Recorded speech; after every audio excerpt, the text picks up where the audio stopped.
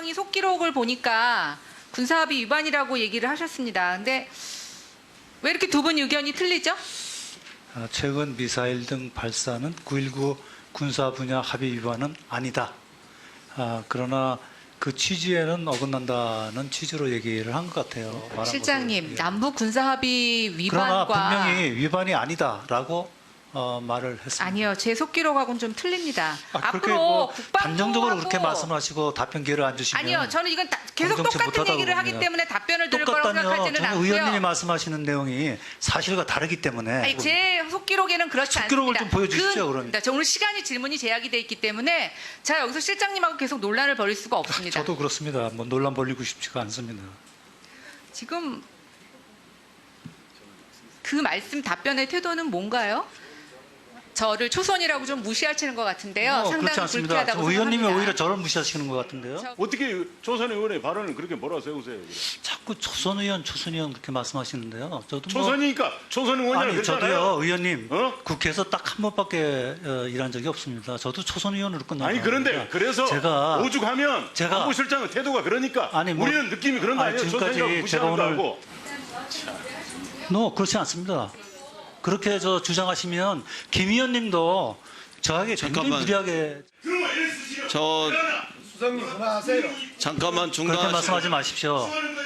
정양섭 의원님, 잠깐만, 제가 잠깐만. 존경하는 분인데 안보실장님, 말씀을 그렇게 잠깐만 무리하게 하지 중단. 마십시오. 자, 김 교수님, 어제 이 장면은 서로가 서로에게 무례하다고 하면서 회의가 중단되는 사태까지 갔었거든요. 예, 하여튼 국민들이 보면 좋아하실까요? 좋아하시지 않을 것 같은데. 예. 그러니까 지금 싸울 때가 아니다. 국난에 준한다라고 얘기를 해놓고 소위 여야 아니면 또 청와대도 마찬가지지만 제가 볼 때는 설정만 벌이고 있어요. 예. 그러니까 중요한 얘기는 전 하나도 안 나온 것 같아요. 보니까 지금 뭐 북한에 대한 얘기도 있고요. 또 그다음에 또 아까 보면 또 박상도 의원 같은 경우는 또 대통령이 친일파냐 아니냐 물어보고 있고 이런 상황이 벌어지고 있는 상황인데요. 예. 저는 핵심적으로 적어도 국회가 좀 그런 얘기를 한다는 생각이 들어요. 첫째가 뭐냐면 일본의 무도와 무역 보복 조치에 대해서 얼마나 현명하게 대처할 거냐 이런 얘기를 해야 되고 또 그다음에 국제로 이게 어떻게 하면 좋게 가족이 할 거냐 그다음에 국민과 기업의 손실을 얼마나 줄일 거냐 이런 얘기를 해도 모자랄 판에 제가 볼 땐 지금 여야가 앉아가지고 초선이나 이런 논쟁들을 벌이고 있어요.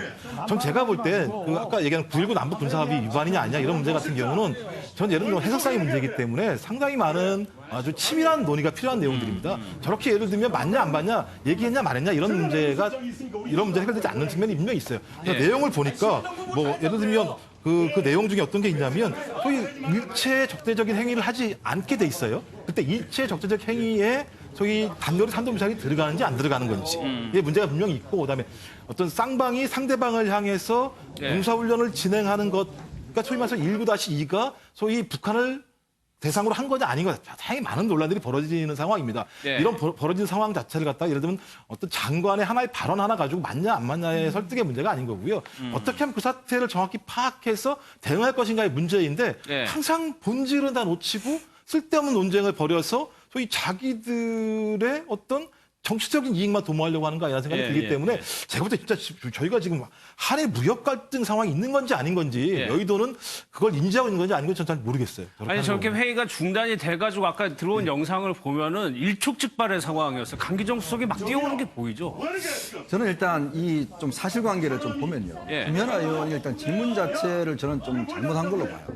왜냐하면 이 정경도 국방장관은 그렇게 이야기를 했습니다. 자, 9.19 군사합의에는 위반 아니다. 거기에 탄도미사일 내용은 없습니다. 그러나 적대 행위를 먼저 하지 않는다는 게 있어요. 네. 자, 그러면 어떻게 질문해야 되냐면, 자, 거기는 없는데 적대 행위를 하지 말도록 규정이 돼 있다. 그러면 북한이 그냥 미사일을 쏠 때 그냥 쏜 게 아니라 즉 남한을 겨냥해서 쏜다라고 분명히 이야기를 했지 않습니까? 예. 자, 그렇게 이야기를 하고 쏜 거는 적대 행위가 되냐 안 되냐 이렇게 저는 정의용 안보실장이 물었더라면 정의용 안보실장은 대답할 게 있었을 거예요. 왜냐하면 그런 측면에서 본다라면 분명히 남측을 겨냥해서 쐈기 때문에 그 경고를 하고 쐈기 때문에 그 내용에 포함될 수가 있는 거거든요. 네. 근데 그게 아니라 어제 이야기했는데 왜 당신은 다르고 이야기하냐 이렇게 돼버리니까 이게 이제 말 자체가 안 되고 더구나 정의용 실장의 발언 자체를 지금 또 막아버렸지 않습니까? 그리고 뭐 초선이냐 아니냐 이 문제까지로 가버렸는데 저는 좀 자유한국당 의원들이 공부를 좀 더 하셔야 될 것 정교하게. 같아요. 좀 더 이걸 갖다 정부를 추궁하려면 예. 좀 더 정교하게 추궁을 해야 되는데 저런 식으로 추궁해버리면 사실 청와대 입장에서 보면 저렇게 대응을 해버리죠. 그러니까 아무 소용이 없습니다. 알겠습니다. 또 하나의 장면이 노영민 실장이 이제 정론관 논란이었는데 결국 사과를 했다고 하네요. 그것도 영상을 좀 보겠습니다.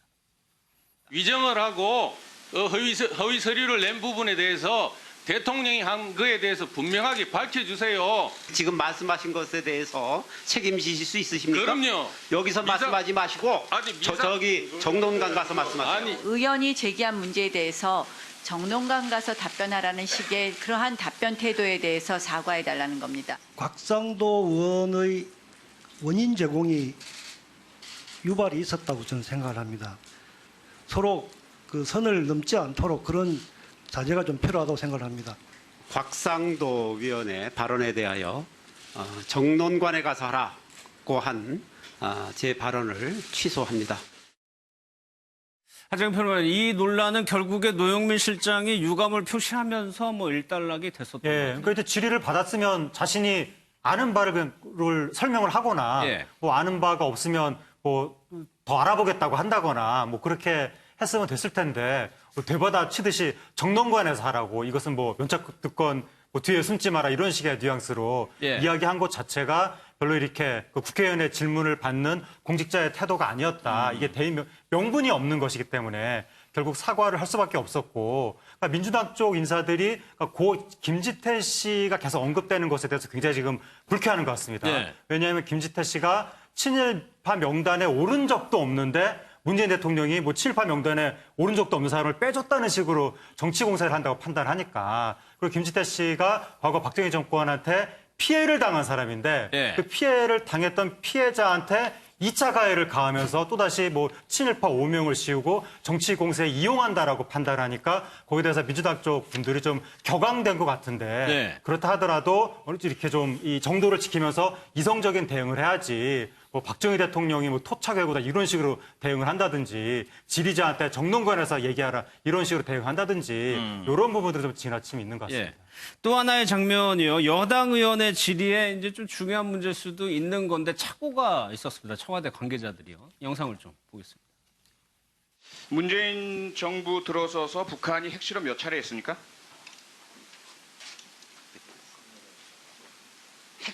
핵실험을 말씀하시죠? 네, 핵실험. 네, 핵실험. 그 어려운 문제 아니잖아요. 2번인가 했나요? 문재인 정부 들어서 핵실험을 했습니까? 네? 실장님 잠깐만 안정을 좀 찾으시고요. 네, 김현종 차장님이 답변 자꾸 주시기. 미사일 실험하고 헷갈려가지고. 네, 핵실험이요. 네. 그러니까 하도 없었으니까 지금 그런 네, 말씀을 주신 네. 것 같은데 한 번도 없었죠. 네. 중장거리 탄도미사일 발사 또는 ICBM 발사 몇 차례 있었습니까? 그것이 한 차례도 없었죠. 네, 그렇습니다. 네. 예. 그러니까 없는 것을 말씀하시기 이렇게 힘드신 것 같아요. 2017년 9월에 그 핵실험은 한 번 있었었고요. 2017년 9월에요. 예. 그래서 그거 좀 제가 그걸 망각하고 있었네요. 예. 네, 한 차례. 그래서 그건 좀 지금 ICBM급 탄도미사일이 2017년 7월 4일, 7월 29일, 2017년 11월 29일 세 번이나 발사가 됐습니다. 물론 핵실험도 했고요.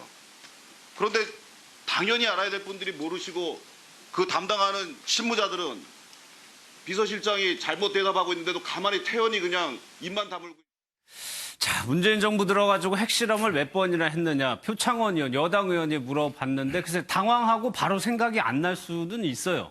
그럼 뒤에서 참모들이 그거를 알려주고 대답을 하면 되는 거였는데 질의자 대답자 다 틀렸단 말이에요. 그러니까 결국 참 이 모습을 보면서 물론 뭐 모를 수는 있겠죠. 근데 예. 김현종 그 2차장도 본인도 옆에 귓속말로 노영민 시장한테 한 번도 없었어요. 이렇게 이야기를 합니다. 예. 이제 잘못 이야기 본인도 몰랐던 거죠. 예. 뒤에서 그래서 나중에 이제 알려줘서 이제 정정을 했는데 참 어떤 면에서 보면 우리 국가안보의 핵심적인 역할을 하는 분 아니겠습니까?